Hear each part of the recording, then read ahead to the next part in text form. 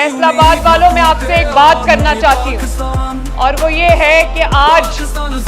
जब मैं फैसलाबाद में एंटर हुई तो सड़कों पे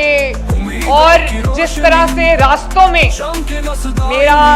इस्तकबाल किया फैसलाबाद के मेरे भाइयों ने, बुजुर्गों ने, बहनों ने, बच्चों ने, और जिस शफकत से, जिस मोहब्बत से, जिस जज्बे से, इतनी गर्मी के मौसम में इतने दुनिया आई हुई थी अपने, और ये वर्किंग डे है, काम छोड़ के, तो मैं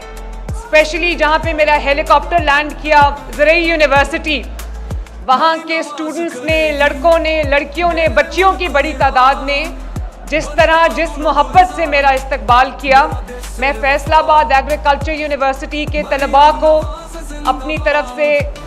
मोहब्बत का पैगाम देना चाहती हूँ, शाबाश देना चाहती हूँ और बहुत बहुत प्यार उनको और शुक्रिया पहुँचाना चाहती हूँ।